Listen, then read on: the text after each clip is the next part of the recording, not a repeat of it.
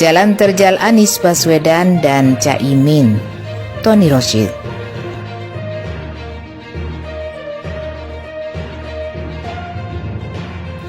Bermula Anies diberhentikan sebagai Mendikbud. Kenapa diberhentikan? Itu hak prerogatif Presiden.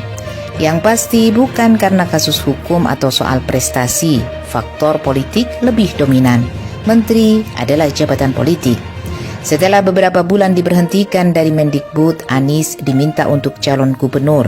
Diusung Gerindra dan PKS, Anies maju di Pilgub DKI 2017. Anies menyingkirkan Agus Harimurti Yudhoyono dan Ahok yang didukung full penguasa. Tak lama kemudian, Gubernur Anies menutup Alexis dan menyegel reklamasi.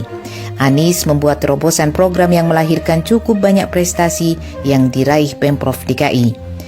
Oleh sebagian pihak, itu dianggap mendelegitimasi sejumlah pemimpin sebelumnya. Anies makin populer dan apresiasi publik kepada Anies semakin membesar.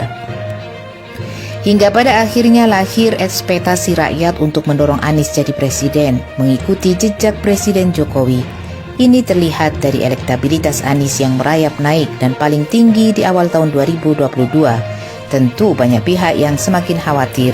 Anies bukan orang yang dikehendaki elit untuk menjadi pemimpin masa depan. Sebaliknya, rakyat menghendaki. Kenapa tidak dikehendaki elit? Mari kita diskusikan. Pertama, ada banyak pihak yang khawatir usaha ilegalnya ditutup seperti Alexis. Banyak pula yang khawatir proyek ilegalnya tergusur seperti reklamasi. Publik mahfum, aturan dan mekanisme prosedural dalam hampir semua proyek sering diabaikan. Banyak pelanggaran dan berpotensi untuk dibatalkan, kemudian diambil alih negara. Di Indonesia, pencurian bahkan perampokan aset negara terjadi di mana-mana. Baru-baru ini ramai soal Hotel Sultan. Tengok sudah berapa banyak mal, apartemen, hotel yang berdiri di atas tanah negara, kemudian disertifikatkan menjadi milik swasta. Belum juga beberapa juta hektar hutan lindung yang dicuri pihak swasta, kemudian ditanami sawit dan semacamnya. Di bawah kepemimpinan Anies, semua ini besar kemungkinan menjadi objek penertiban. Rekod Anies menutup Alexis dan menyegel reklamasi cukup menjadi bukti akan nyali, keberanian dan ketegasan Anies, meski harus berhadapan dengan konglomerasi besar dan penguasa. Anies membuktikan komitmennya dalam memberlakukan aturan ini cukup menjelaskan mengapa Anies harus dijegal. Anies tidak boleh nyapres. Bagaimana strategi menjegal Anies? Mari kita diskusikan. Pertama, delegitimasi Anies, baik terkait pribadi maupun kinerjanya sebagai Gubernur DKI. Dari stigma Anies itu kadrun, politik identitas, hingga dukungan kelompok Islam garis keras. Tapi gagal setelah Muhaimin Iskandar atau Caimin bergabung, artinya tuduhan ini rekayasa.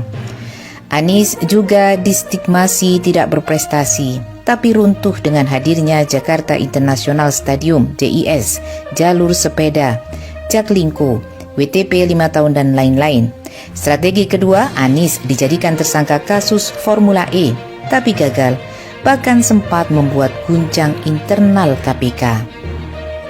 Ketiga, gagalkan Anies mendapatkan tiket Pilpres 2024, borong semua tiket agar Anies tidak mendapatkan satupun partai. Ini juga nampaknya akan gagal. Setelah Nasdem mendeklarasikan Anies, disusul PKS, kemudian dikuatkan PKB setelah Caimin didaulat menjadi cawapres Anies. Strategi berikutnya, PKB dan Caimin digembosi dengan berbagai operasi. Silakan Anda baca dan cari tahu operasi ini. Siapa operatornya di lapangan dan siapa pendananya. Berhasilkah? Kan masih berjalan, kita lihat nanti hasilnya. Kelima, ini masih dalam upaya. Semua kekuatan di luar Anies berusaha untuk digabungkan dan melawan Anies. Wacana Prabowo dan Ganjar bergabung oleh beberapa pihak terus diupayakan.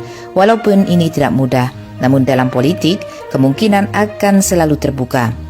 Keenam, strategi kecurangan ini baru prediksi. Belum ada data dan buktinya karena pemilu 2024 belum terselenggara. Prediksi ini muncul dengan mengacu pada pemilu sebelumnya. Penguasa cenderung menggunakan instrumen untuk bermain curang. Pemilu curang hampir pasti. Seberapa besar kecurangannya akan bergantung kepada kemauan penguasa dan kekuatan kontrol yang ada, termasuk sebesar apa integritas penyelenggara pemilu. Dalam hal ini adalah KPU. Jadi masih terus ada jalan terjal yang akan dilalui Anies dan Caimin. Mampukah mereka melewatinya?